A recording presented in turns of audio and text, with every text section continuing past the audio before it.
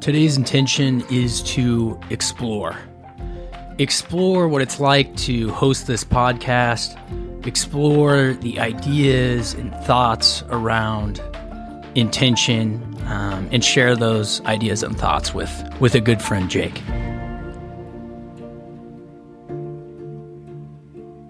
Hey, it's Bobby. Welcome to Student of Intention, where we help you enjoy the pursuit of purpose. Remember, don't wait, start small, learn as you go. Hi friends, this is the Student of Intention podcast. I'm your host, Bobby Dysart. I started this podcast and the Student of Intention newsletter to help people live with intention, to help myself and anyone following along enjoy the pursuit of purpose. I use the word student because that's exactly what I am. I learn as I go, and I share my lessons with the world. On Monday, I started a new diet program. It's actually called an Ultimate Lifestyle Transformation. A good friend of mine, Ryan, had done the program the 30 days prior, and he's just a guy I totally respect. Anything health related. The guy thinks about which grain of salt he puts into his body. He knows exactly where it's sourced, where it comes from, etc. And as I was unpacking the supplements that go along with the program, I read the packet, and one of the most interesting sentences that just totally relates to everything I've been doing the last 4 months with Student of Intention and the 5 buckets. Just kind of jumped off the page. The sentence read, "This path is all about subtraction by way of addition. You flood your body with nutrient-rich superfoods without being restrictive with your diet." And the reason that resonated is I think for the longest time, whether it's health or work or any sort of habits, right? Like I tend to focus on subtraction a lot. And what's been great is the last 4 months, I've been just solely focused on additions, those additions being intentions.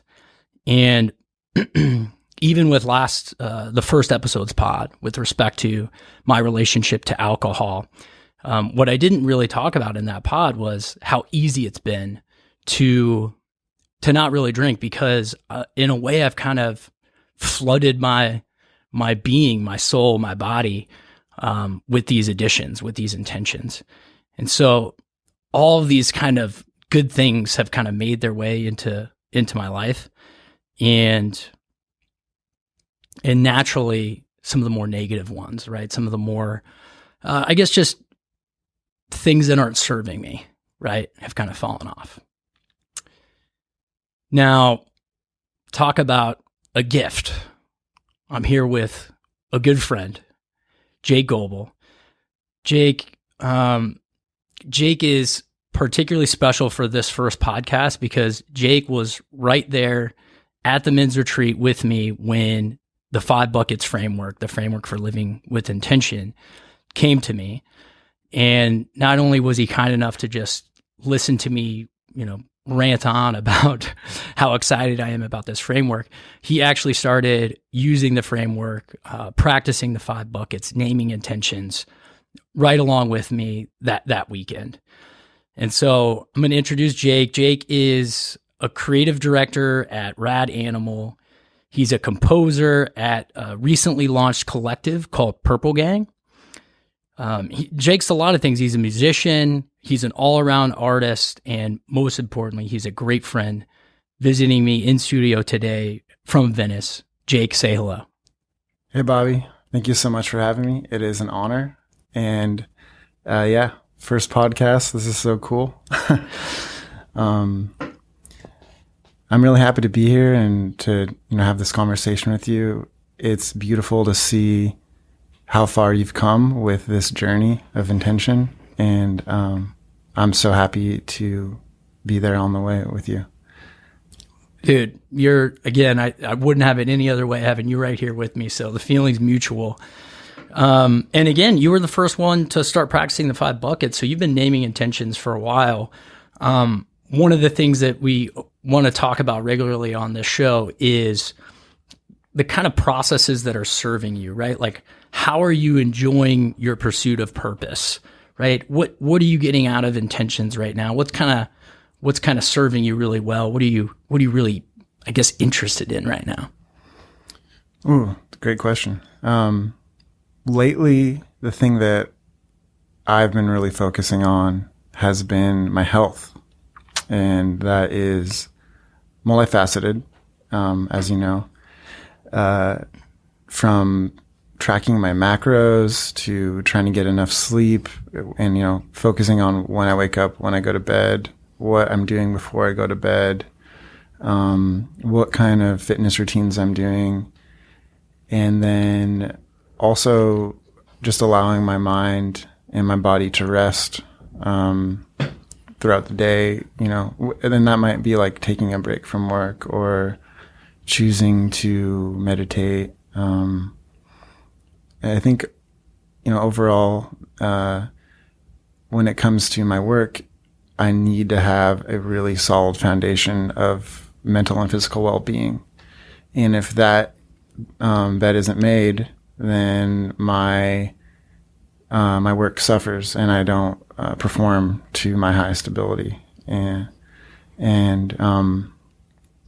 really, your last podcast when you spoke about your relationship with alcohol, that actually really resonated with me because I myself feel like the last year I haven't had as much alcohol in my life and haven't really felt a calling to drink like I used to in the past. And that's allowed me to have more energy, to sleep better, and just to feel healthier and better about myself. So yeah. Yeah, I mean, absolutely. And I'm glad you said that about like having a good mind and body, right? To do the work that we want to do. At the same time, right? Like that's something we've always known, right? We've known for a long time. I'll speak for myself, right? Like, I've I started a business a year and a half ago. I started another business about, I guess, eight years ago. I've done different leadership positions at different companies, and my work's always been really important to me. What I'm kind of realizing lately is what's made a big difference in my life is figuring out these intentions that are just really enjoyable or kind of like really important to me. They're like worth waking up at like 5 a.m. for. Whether it's mental, physical, anything related to health. Is there any specific intentions that are kind of meeting that mark for you that you're just like, you're really vibing on? You're really feeling like this is super important. I want to get this in. Yeah. I think the first thing that comes to my mind is exploring things that I might be curious about, but might not know a lot about.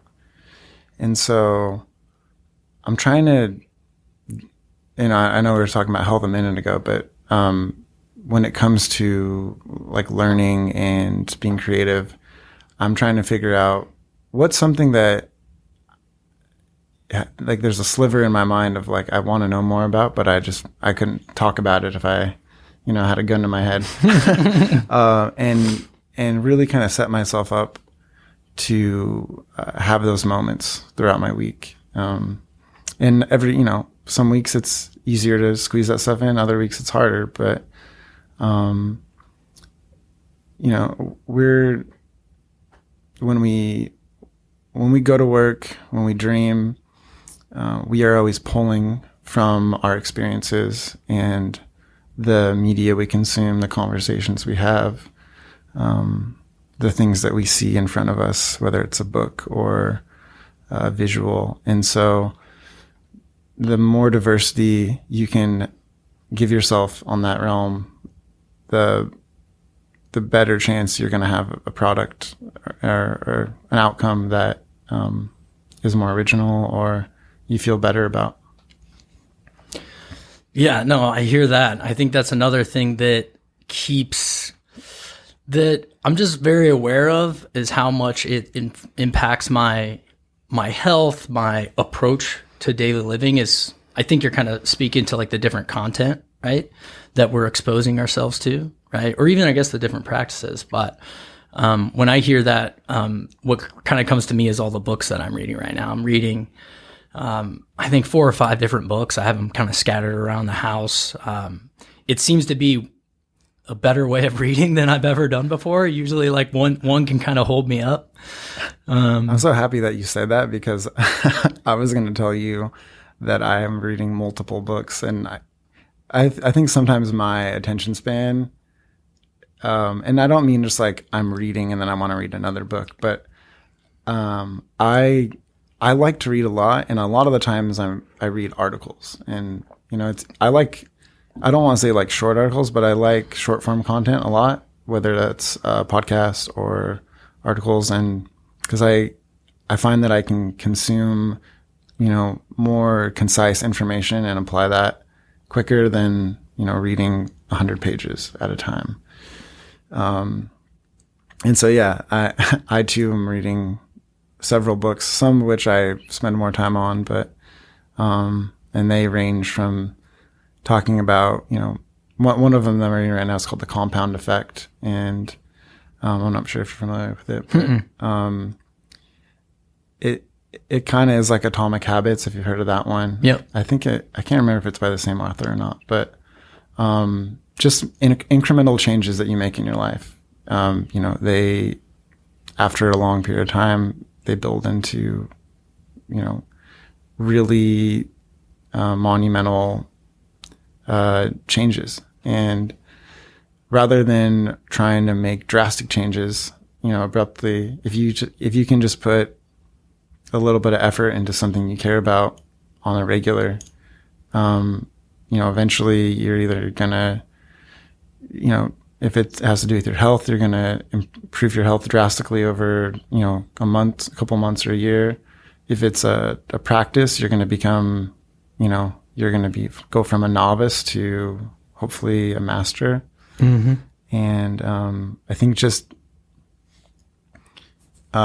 giving yourself that patience and being comfortable with that, and never trying to expect something to happen overnight. And, that is kind of a big part of it. Yeah, absolutely. I'd even... I guess that's kind of more the collective of maybe a longer period of time. I'd even break it down to like that day. If I read, Stephen Pressfield's The Artist's Journey, right? Like that day I kind of have like my Stephen Pressfield hat on all day, right? He's super passionate. He writes very impactful, short, kind of motivating speech. And I see myself kind of going into the day like that, right? Julia Cameron is another one that I think I have 2 different books scattered across the house. One right now is The Right to Write.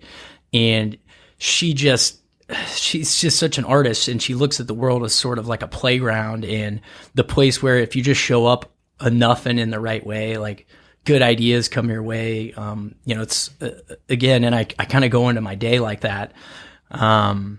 It's fascinating how much, I guess, it is content in general, but particularly books that I seem to just borrow their lens for the day of how I want to like look at the world. Right.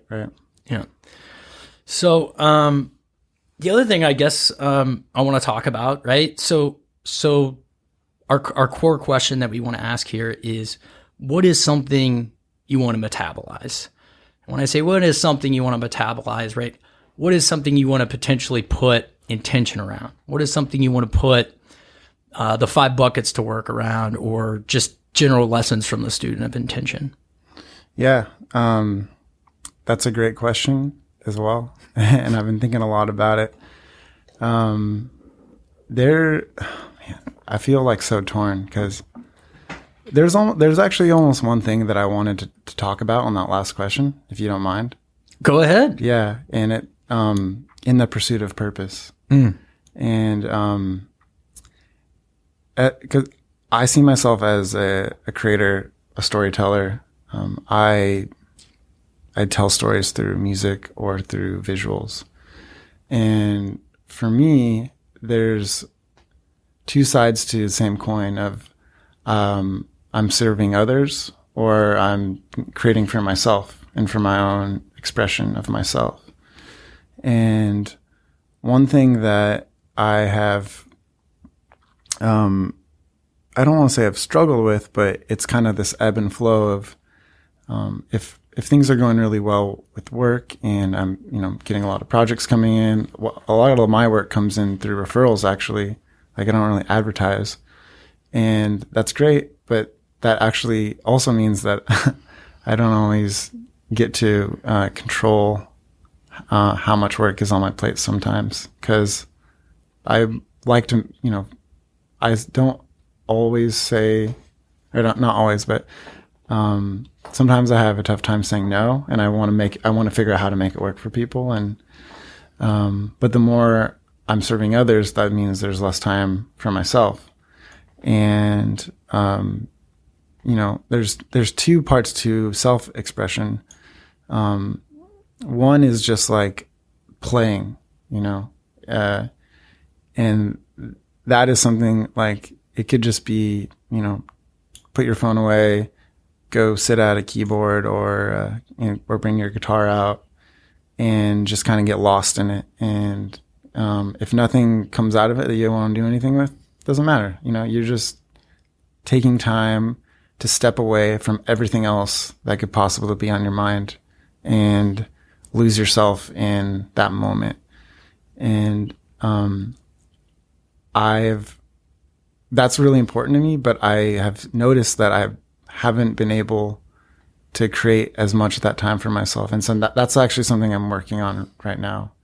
When you say work on right now, you're trying to find more space to play? Yeah, like I've made an agreement with myself to set time aside, maybe a couple days a week, to just play and to create. And it could be like an hour block 3 days a week, and I can do whatever I want in that time. But the goal is that I'm tuning out everything else. And it could be like I'm writing poetry, I'm practicing singing and trying new things, or playing instruments, or working on new music. But the goal is to just kind of give myself that reset. And what I noticed though, and why this is so important, is when I do that, it's so therapeutic. And it allows me to just kind of wash away so much and kind of re-excite myself. Because if you are stressed out, and I think this is why music and dance are so important. And you don't have to be good to try this, to try music, to try anything that is creative. It could even be painting. But if you're focusing on that form of expression, it's pretty hard to like be thinking about something else that's on your mind if you're really tapping into it. And I've spoken to a lot of my friends and my peers, and those who have, I think I keep going back to music, because music feels like it resonates the most when I have this conversation. But so many people I know, when they're stressed out or something, or they hit this creative block, they will just go and like play piano for 10 minutes. And then they're like, okay, like boom, reset, like start over. And it really helps them to just kind of like continue on. And so, that's the play side of it. Mm-hmm. And then the other side of it is like my own creative aspirations and like what I want to do with my music project or some other new music project I want to create. And that is actually probably the most difficult thing, because you can't force yourself to be inspired. You can't just, some people can, but for me, inspiration usually strikes in the morning, and I don't know like what it's going to become. And so just setting time aside, where I can, get into a flow state and hopefully something great comes out of it and I can make some progress on, that song or the concept for the new album or something. Yeah. Oh man. Yeah. I know play is important, to you. We were talking a little bit off camera about how play kind of got you into graphic design in the beginning. And we both remember playing all those crazy instruments at the retreat and just kind of how much good stuff came out of that. And of course, there's that other side where you kind of have your more, I guess, your focused approach to your bigger, beefier creative projects. Have, I guess, two questions. One, what's like a recent example of kind of what you've gotten out of this playtime? And B, have you seen those two sides of creativity converge where you kind of play and then it turns into, I think you used the word flow state, and ultimately that kind of serves these bigger projects? Yeah. That's really great. I don't know if I have a specific example where just play turned out to be something that really benefited like a big project for a client. But there have been instances where I have just chosen to set time aside to just dink around, and then that ended up being something I was like so stoked about for my music project. And there's let's see, one thing that I have been doing a lot lately is just I call it like speed poetry writing. I just like okay, I'm gonna write a poem in like 5 minutes. Ooh, love that. And I I'm not trying to toot my own horn, but I feel like I'm a pretty good poet. And it's all right, toot away. And so, and I'll just sit there and be like, okay, here's a word. And then I don't know how you measure how like long a poem is, but maybe it's like 20 lines. Mm-hmm. And then I'm like, all right, I did that in like 5 minutes. I feel pretty good about it. I'll like bounce it off a few other people, see if it resonates with them. And yeah, sometimes that ends up being like, all right, like that now I might feel so proud of it that I like want to turn it into a song or something. So. Well, and just again, man, I mean, as a person who's been trying to write more and more poetry, the idea of speed poetry is awesome because just being able to kind of condense that beginning, middle, end, and creative process into a short time span and not have the pressure of trying to do something like masterful or large, right? Like that's really cool. That's really cool. But yeah, I think just even the release that can come out of that, right? Like you kind of come out of that feeling accomplished, feeling good. And that potentially dovetails into your work, right? Absolutely. Yeah. That's very true. And just that little spark, could power me the rest of the workday. And that's why that kind of play and that expression is so instrumental, to, serving others. You got to feel good about yourself before you can feel good about doing something for someone else. Yeah, I mean, we talked about health earlier. Now we've talked about creativity. We've talked about play. And in all instances, we've kind of made the connection between giving to ourselves and in turn allowing us to give more to others, right? Yeah. For me lately, that it's funny. What most people are kind of aware of when I tell them about, student of intention, 5 buckets, what I've kind of, this little shift I've been going through. Most people are excited about the weight loss, right? I've lost like 20 pounds. I'm the lightest I've ever been in my adult life. As you know, I didn't really seek out this. Like I wasn't trying to do this, but again, it's for whatever reason, most people, are excited about that part or aware of that part. But from like a health perspective, what has kind of been my version of play that is kind of giving me that cleansing that it sounds like you get from that speed poetry is just running on the beach. Like I've lived, a few blocks away from the beach now for, I guess, close to 5 years. And it's pretty crazy how for a long time that I just didn't see that boardwalk. And now it's like something I live for. As soon as I wake up, the reason I want to wake up early is because I want to jog over to that beach, take off my shoes, put those feet in the sand, and just there's this specific run up north towards Huntington on Newport Peninsula that it's different to me every single time. I'm doing it to some extent as like a play exercise. Like I don't really have any outcome that I'm driving to. I'm not really trying to lose weight. I'm not trying to get in shape. I'm just trying to enjoy that beach run. And when I come out of that, man, I'm cleansed. I'm ready to give to others. What types of things do you think about? Just kind of anything? Or do you kind of have like a mindset you put yourself in? No, I think that's what's great about it is I've even done it when I was actually stuck in this part of the book in the middle of this revision where I'm just like, it's complete. And so to undo it and redo it is just like painful. And I would sit there looking at my screen for like an hour. And then I just ran. I just was like, I'm going. And so those are the thoughts that I kind of carried into that run. And then naturally it would just kind of switch. I'd switch to one thought to another. And then by the end of it, I would just be clear-minded on like that part of the book and how I want to rewrite it. So that's happened a lot.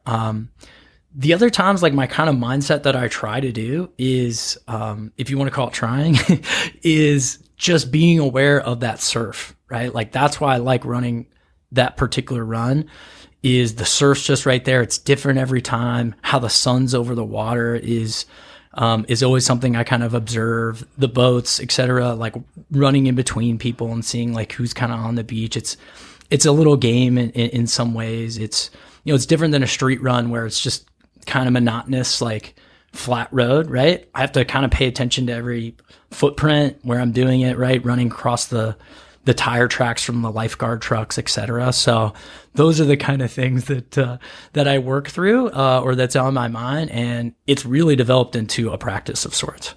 Beautiful. Yeah. I love that you brought up awareness. And so now I'd love to jump back into the second question. What do I want to metabolize? And something that has been really on my mind lately, and has been something that I guess I've struggled with the last maybe year or two, maybe mostly the last year and a half, is awareness around, like self-awareness around how I communicate with people. And it's interesting because I think my whole life, most of my life, I've been a very outgoing person, charismatic, enthusiastic. When I'm excited about something, it's obvious. And I've always been really social and outgoing and make friends really easily. But I don't know exactly what happened. Maybe it has to do with like working a lot more and sleeping a lot less. But I've had some conversations with people where it's been brought to my attention that sometimes I'll kind of be in like a default mode. And even if I'm talking about something I'm like proud of or that excites me, I'll be kind of like monotone. And when I hear that, I'm like, what? Like, are you kidding me? But it happens. And so just being able to bring attention to myself and how I'm coming across to people is really important to me right now. And that, affects anything, any interaction I could have with someone, whether that's with my partner or with my mom or a best friend or a client. The more aware I can be with myself, the better person I'm going to be, and the better impression I'll leave in that pitch, or the more empathy I'll exude when I speak with my partner about something that's really important. And so, yeah, that's what I'm trying to work through right now. And it's interesting. Well, and anytime we get peer feedback that we're kind of caught off guard on and I guess not proud of in a way, right? Like it sounds like you were kind of both of those things. I know I've been there plenty of times, and it definitely gives you the good news is it gives you something to reflect on, right? That maybe you didn't previously think about. The challenging part is, again, we're vulnerable, right? And we think about kind of, oh man, why am I doing that? Right. So have you had those questions with yourself? Have you like figured out where that stems from or what is leading to that sort of, I think you said default mindset or default. Yeah, I think it's not just one thing. I think it's an accumulation of variables, and sleep probably being the biggest one. One of my goals that I don't know if I've been able to achieve lately is I just want to sleep 8 hours straight. And, but I have a tendency to stay up a little later than I plan. And normally I can just wake up early before my alarm. Like if the sun is like peering through any sliver of the house, I'm just going to be up. And I'm the waking up early thing, I'd want that. I actually been sleeping with my blinds completely open lately, and I've been feeling good when I wake up. But though, if I stay up too late, it's gonna impact everything I do, whether that's how quickly I can work on something to how well I can communicate to anyone. That's probably the biggest thing. And then apart from that, it's, am I making time for myself to be excited about things? And that kind of goes back to like play. If I have more things that are bringing joyfulness and excitement to my life, then that's just going to come across because I'm going to be in that mindset more often. And so, I was having a good conversation on the drive over here with one of my really good friends who I've made a lot of music with. His name's Andrew Herringer. And we were talking about play, and we were talking about, US work culture and even like Los Angeles work culture, which is like, you're always available. Mm-hmm. You're always working, and there's this grind, and, you can only do it for so long until you get burnt out. And there's been times where I've definitely crashed and burned and like been just totally screwed up for like a week or two because I worked too hard. And there's this one point where I was working on producing a music festival, and I was about to release my first EP for my artist project. And I was like waking up in the middle of the night with like, I think it was like 2 weeks straight. I would wake up at like 3 or 4 in the morning, just in sweat, like my heart rate was super fast. And I was just like, I put so much on my plate, and I was committed to these really 2 big goals. One that was really important for the community and the people I was working with, and the other one that was like so important for my own self. It was like and it was after all that, I was like, wow, I'm so happy I accomplished all that, but I can never do that to myself again.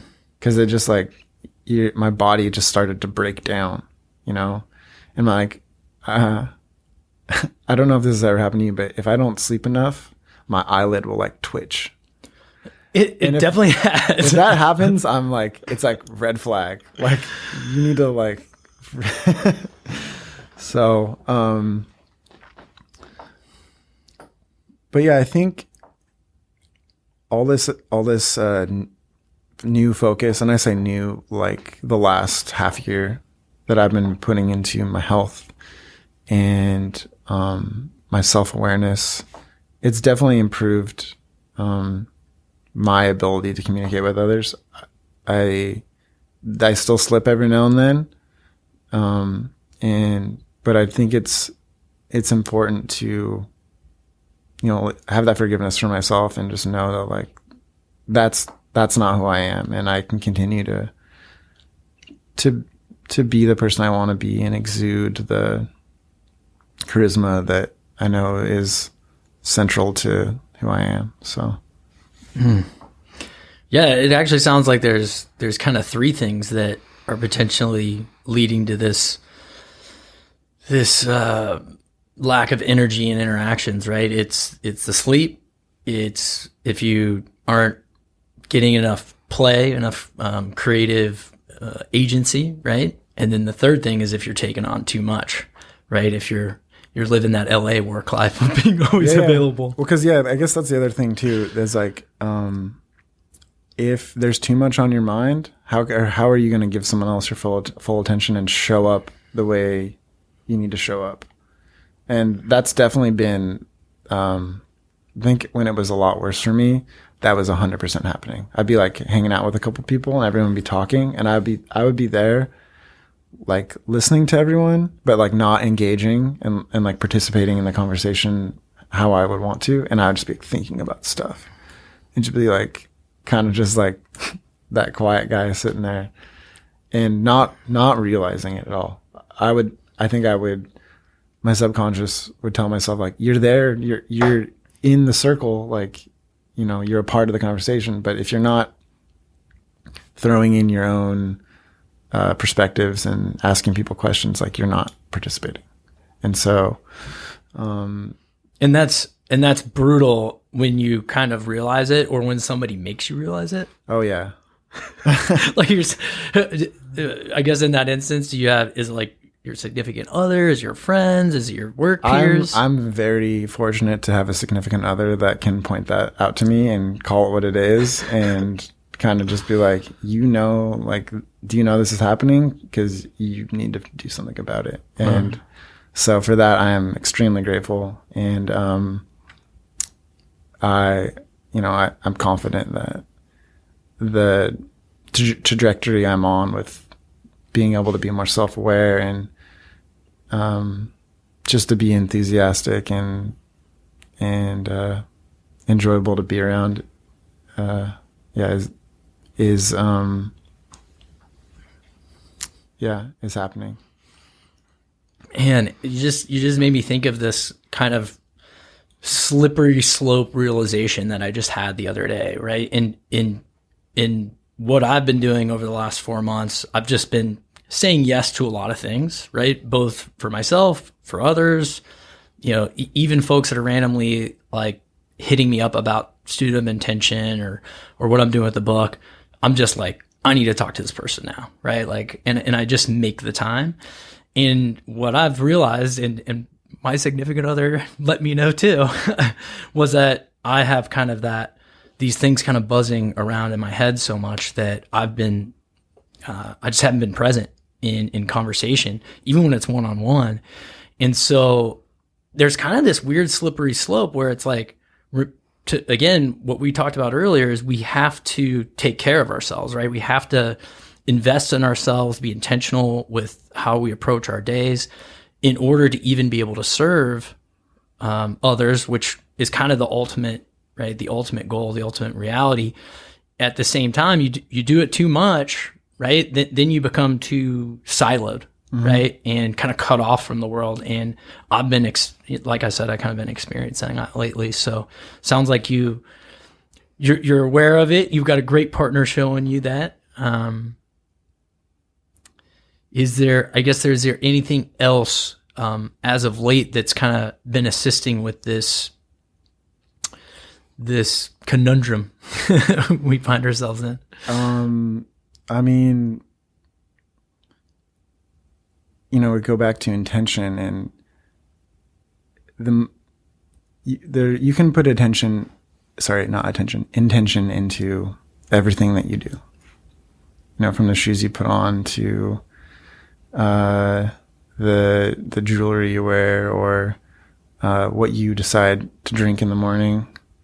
I actually haven't been drinking coffee lately, because I noticed that when I drink coffee, it like changes something about me physiologically. I'll get anxious, and it will shift my mood, and I've experimented with it. And so, but yeah, or, intention to, if you want to go on a walk, like, where are you walking? Are you just walking mindlessly? Like, do you want to walk down a street you haven't seen before? Do you want to like try to notice something you haven't noticed before? And then intention to like who you decide to speak with, like what friend do you want to check in with? What do you want to talk about? And, I think just trying to, the more you can live with intention, the better your life's going to be. Mm-hmm. And, there's no one way to do it. The only way to do it is just to try doing it, and, that's what's so great about 5 Buckets is it's your playbook. You get to decide how you want to do it. And there's no pressure. There's no recourse if you miss something, it's just like giving yourself a chance to focus on things you might overlook. 'Cause I think that's really what we do in life. We overlook things that are important to us, but we don't write it down. We don't speak it out.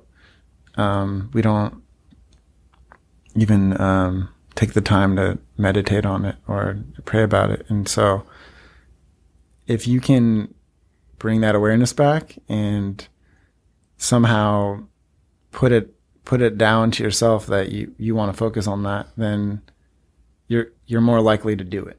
And so, yeah. Yeah, you get context for the way you're living, the way you're approaching your days, right? That was one of the most fascinating parts about like those first couple of weeks of me naming intentions was when I missed intentions, I actually wasn't like bummed out about it. I was more thankful for the context, right? The awareness of, okay, well, maybe that wasn't serving me, or no, actually that's really important to me. I need to reprioritize it. And, you're like, why did I miss it? Right. What did I cop out? Did I put too much attention to something else that seems important to me?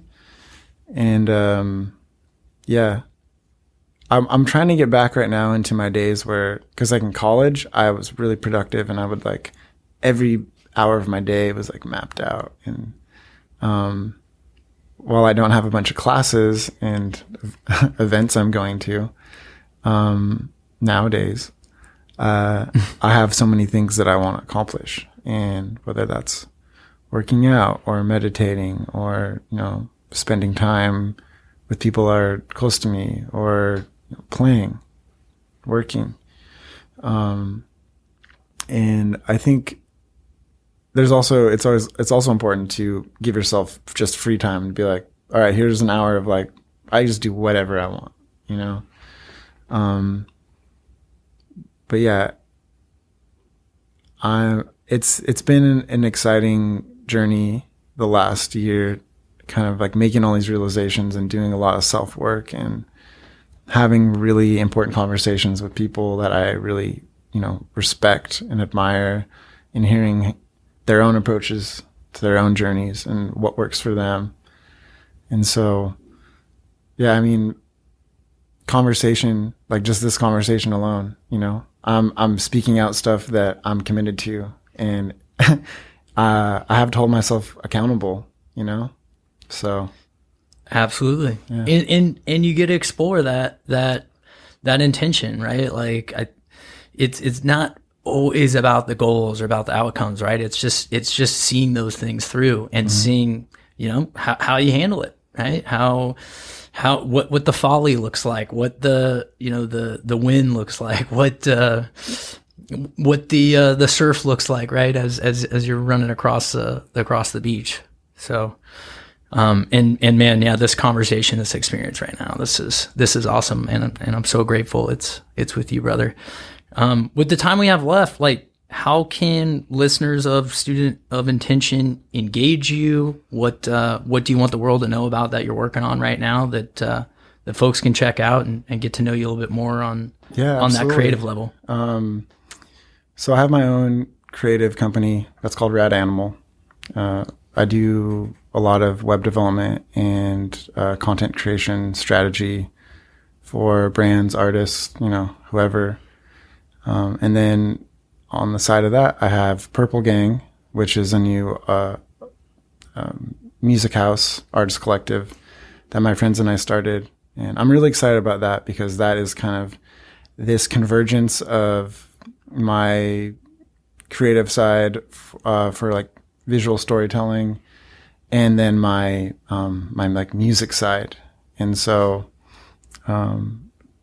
that's, I guess I like to think of myself as someone that just loves to create and someone that loves to help others tell their story. And so, check those out. And then if you want to hear any of my music, you can check out Enjune. That's ENJUNE. And I have a handful of tracks that are out, and I'll be releasing a new EP this year. So stay tuned for that. That'll be cool. I can't wait. I've gotten a couple sneak listens and just love what you're doing on that front, man. In June, ENGUN. ENJUNE. Of course, you know how to spell it. Well, great, Jake. Thanks for joining me today. Again, couldn't have asked for a better guest to unpack this stuff and kind of explore this Student of Intention podcast. Thank you so much, Bobby. It's been an honor. Appreciate you. Hey, it's Bobby. Thanks for listening to today's show. For more, follow Student of Intention at www.studentofintention.com. And remember, don't wait, start small, learn as you go.